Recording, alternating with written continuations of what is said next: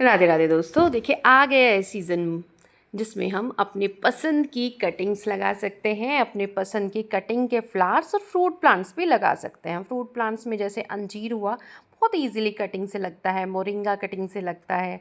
और बहुत सारे ऐसे जैसे कुछ मेरे पास बैंगन का प्लांट है, वो भी कटिंग से लग जाएगा। जो आपके पास पुराने मतलब किसी के पास आपको टमाटर हो ना, और वो भी टमाटर भी कटिंग से लगते हैं। और मैंने रेनी सीज़न में सब लगाया। और गेंदा देखिए कटिंग से लगता है।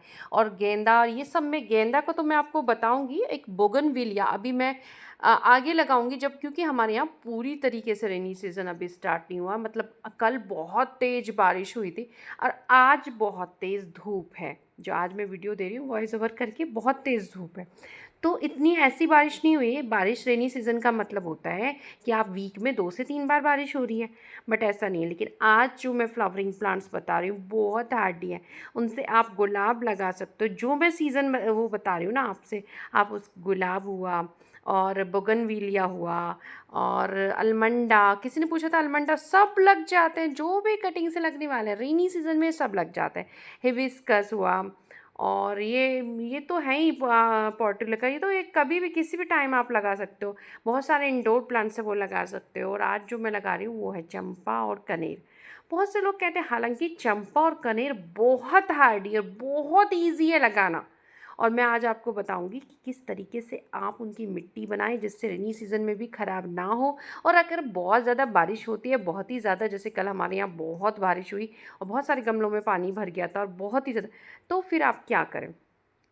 और देखिए, कटिंग तो सब लगा लेते हैं, बट उसके बाद जो है कटिंग ख़राब हो जाती है। तो क्या ध्यान रखना है, कब पानी डालना, वो सारा बताऊंगी।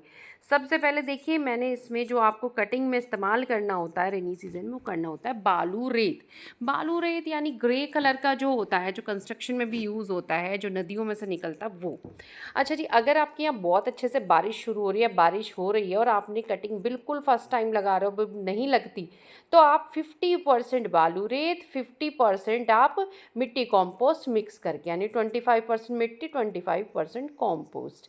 और भाई अगर आपको ऐसा लग रहा है, डर लग रहा है, थोड़ा सा फंजीसाइड या फिर हल्दी, दोनों मिला लीजिए। मैंने कुछ नहीं मिलाया मेरे, क्योंकि दोनों ही प्लांट ऐसे हैं, कोई फंगस कोई कुछ नहीं लगता। और अगर आप ध्यान रखते हो जैसे मैं बता रही, तो ये है बिल्कुल ठीक चलेंगे। और बस आप ये ध्यान रखिएगा। देखिए, मैंने मिट्टी ली थी पुरानी, अपनी जो गमले की पुरानी मिट्टी थी, कॉम्पोस्ट मिलाया उसमें। जो शुरू में लिया था वो गोबर खाद था। तो देखिए, मैंने लिया सबसे पहले कनेर। आप कोई भी कहीं से भी कटिंग ले आइएगा।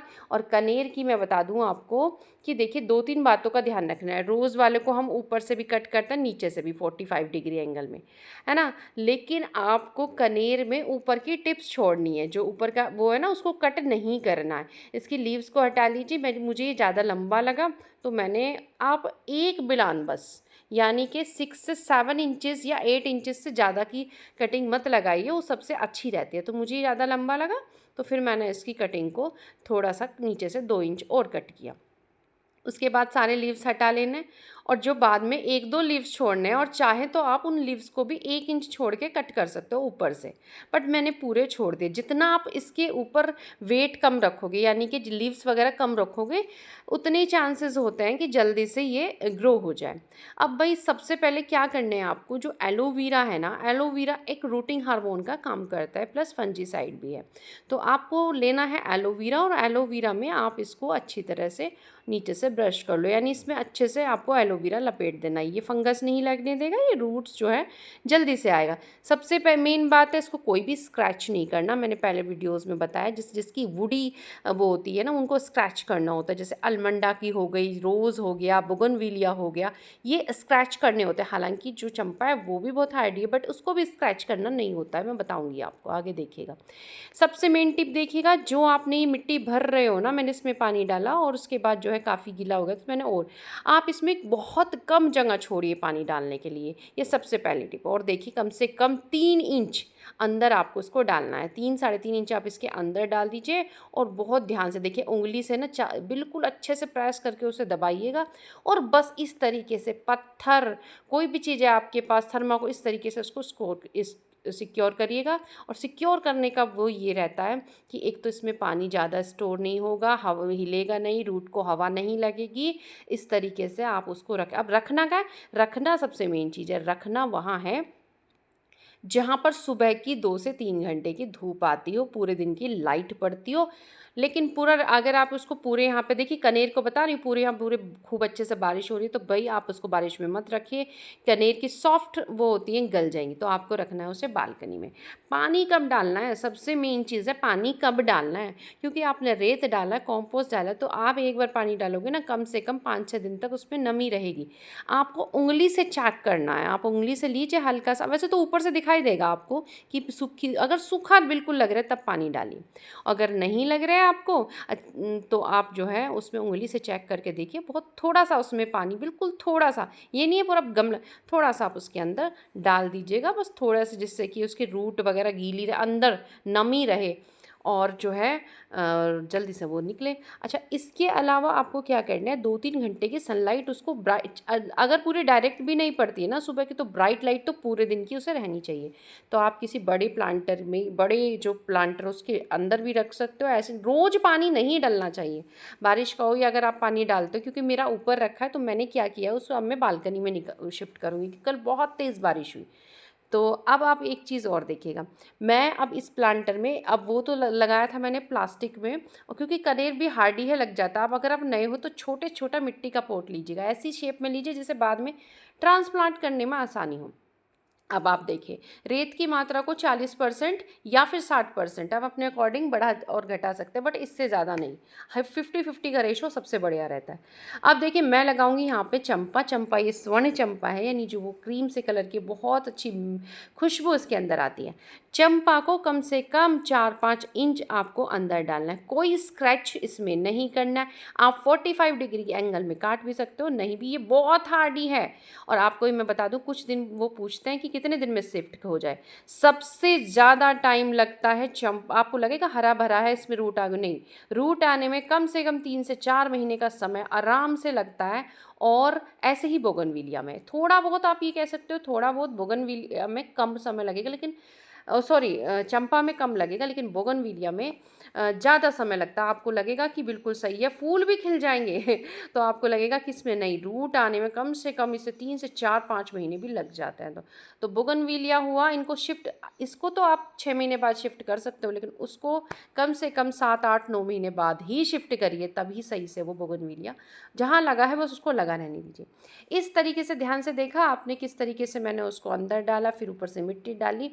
और इतना बड़ा तो देखिए चंपा को गमला दीजिए, क्योंकि ये 3 से 4-6 महीने भी इसमें रखा तो कोई बात नहीं, आराम से। अगर आप फरवरी जनवरी में भी शिफ्ट करते हो या फिर रेनी सीजन में, मैं तो जनवरी में ही शिफ्ट करूँगी अभी से, तो सबसे सही रहता है। अब ये मैं उम्मीद नहीं करती कि ये करके ये फ्लावरिंग करे या कुछ करे, अब 4-6 महीने ये अच्छे से ग्रो करेगा। और देखिए मैं उसको अच्छे से वो करके और खूब अच्छे से ये फरवरी से जो है फ्लावरिंग करेगा।